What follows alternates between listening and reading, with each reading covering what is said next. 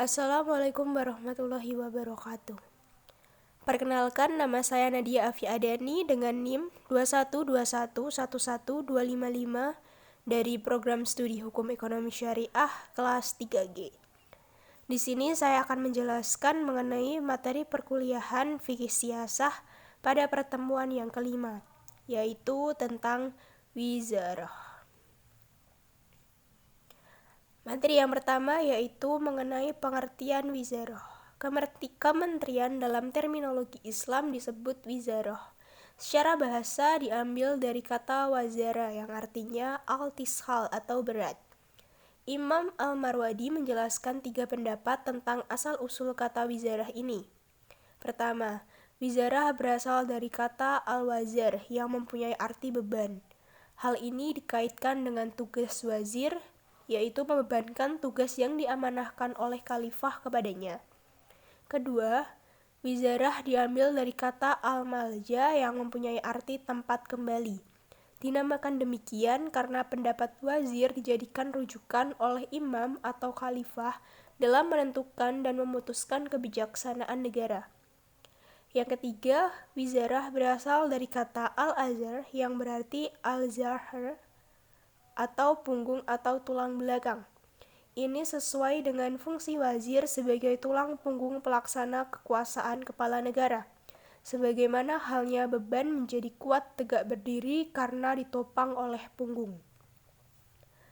Adapun secara istilah, wizarah dalam konsep negara Islam adalah sebuah jabatan yang mempunyai kekuasaan menyeluruh sebagai pengganti imam dalam segala urusan.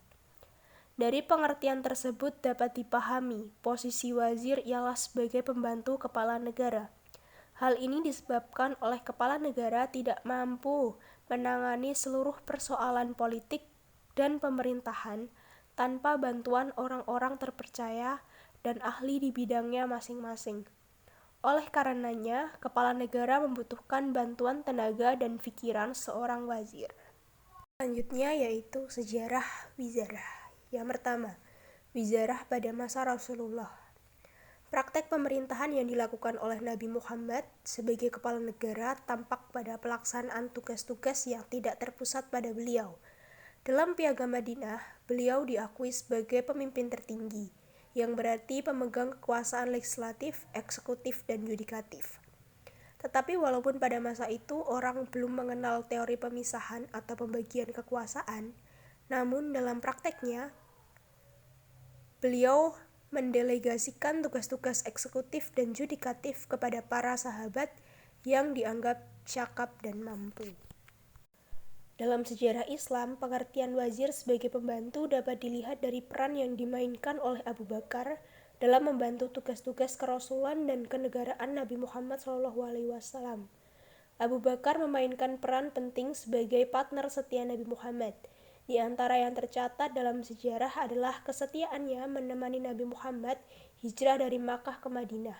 Sampai di Madinah, Abu Bakar juga, di samping tertentunya, sahabat-sahabat lainnya sering dijadikan sebagai teman dalam bermusyawarah memutuskan berbagai persoalan umat.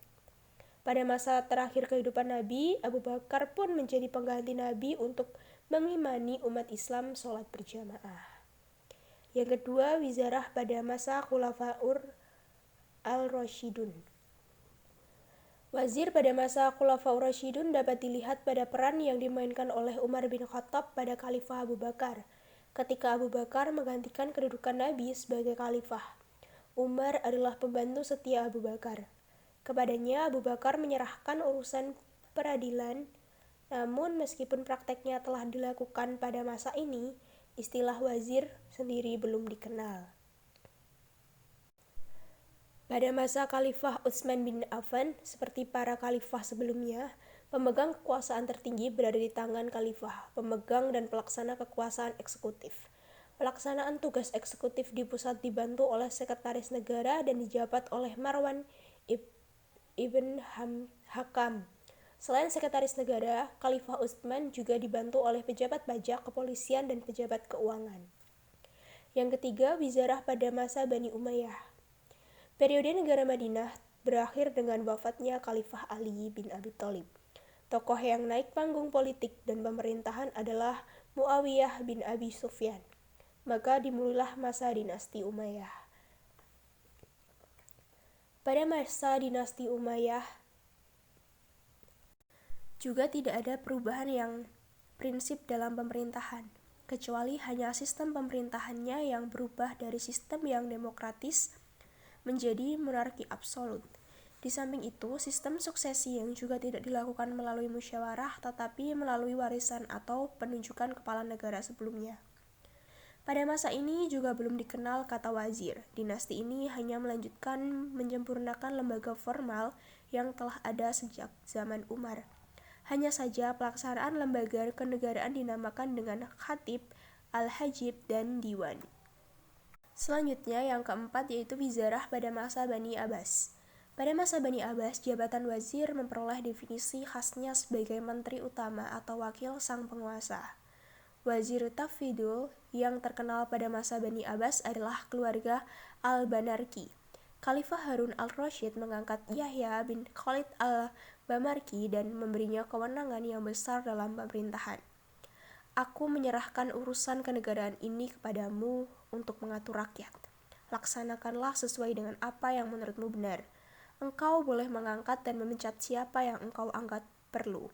Demikian pesan Harun al-Rasyid kepadanya. Khalifah al-Rasyid kemudian memberinya stempel khusus atau stempel negara. Dengan demikian, urusan kenegaraan semuanya berada di tangan Yahya. Setelah Yahya meninggal, Wazir Tafidul ini dipegang oleh putranya, Ja'far al-Bamarki. Pada masanya ia bahkan memegang kekuasaan keuangan negara. Yang kelima, wizarah pada masa modern.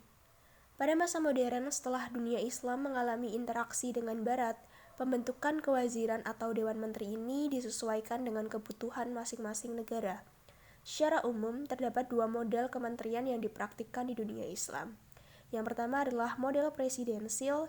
Dalam model ini, para menteri bertanggung jawab kepada presiden yang mengangkat dan memberhentikannya. Mereka semua berkedudukan sama. Contoh model ini adalah sebagaimana yang diterapkan oleh negara Indonesia sekarang dan Mesir. Yang kedua adalah model parlementer. Dalam model ini, menteri-menteri diangkat berdasarkan partai yang memegang dan berkuasa di parlemen. Karenanya kabinet bertanggung jawab kepada DPR, tidak kepada presiden. Di samping itu, ialah seorang di antara mereka ada yang bertugas sebagai Perdana Menteri yang mengkoordinir semua menteri. Contohnya, negara berdasarkan Islam yang menerapkan model ini antara lain adalah Malaysia dan Pakistan. Indonesia juga pernah menerapkan model ini pada masa demokrasi liberal pada tahun 1950-an. Dalam sistem ini, presiden atau raja hanya bertindak sebagai simbol. Untuk materi yang ketiga yaitu macam-macam wizarah. Al-Mawardi membagi wazir dalam dua bentuk, yaitu wazir tafwidi atau pembantu khalifah dalam bidang pemerintahan, yaitu wazir yang diangkat khalifah untuk melaksanakan tugas berdasarkan pendapat serta ijtihadnya sendiri. Untuk menjadi wazir tafwidi, seorang harus mempunyai kriteria seperti kriteria untuk menjadi khalifah. Ia merupakan pembantu utama kepala negara dengan kewenangan tidak saja untuk melaksanakan kebijakan-kebijakan yang sudah digariskan oleh kepala negara, tetapi ia juga turut serta memutuskan kebijakan itu bersama kepala negara. Bahkan, Al-Mawardi menyebut semua yang menjadi kewenangan khalifah dapat dilakukan oleh seorang wazir tafwidi. Hanya 3 hal yang tidak dapat dilakukan wazir yang merupakan hak pemenuhan khalifah, yaitu mengangkat atau menunjuk penggantinya, meletakkan jabatan langsung kepada rakyat, dan memecat pegawai yang diangkat oleh kepala negara. Yang kedua adalah wazir tanfidi atau pembantu khalifah bidang administrasi. Hanyalah sebatas pelaksana kebijakan negara yang diputus oleh kepala negara atau wazir tafwidi. Kekuasaannya jauh lebih kecil dibandingkan wazir tafwidi. Meskipun demikian, sebagai pembantu negara, ia dapat menyampaikan saran serta pendapatnya untuk kepala negara. Dengan kata lain, ia hanya menyampaikan kebijakan politik kepada rakyat agar dapat diterima perihal kebijakan negara. Karena kekuasaan terbatas, maka syarat-syarat yang harus dipenuhi sebagai seorang wazir tafwidi relatif lebih longgar ia tidak harus disyaratkan seperti halnya persyaratan wajir tafwidi. Untuk materi yang terakhir atau yang keempat yaitu tentang syarat-syarat wizarah. Yang pertama, amanah. Amanah ini dapat dipercaya. Yang kedua, jujur. Yang ketiga, tidak rakus hingga bisa dengan mudah menerima suap. Yang keempat, tidak pernah bermusuhan dengan orang lain. Yang kelima, laki-laki. Yang keenam, pandai dan cerdas. Mungkin hanya itu yang dapat saya sampaikan. Kurang dan lebihnya dalam saya memaparkan materi ini ataupun salah dalam saya mengucapkan kata, saya memohon maaf yang sebesar-besarnya.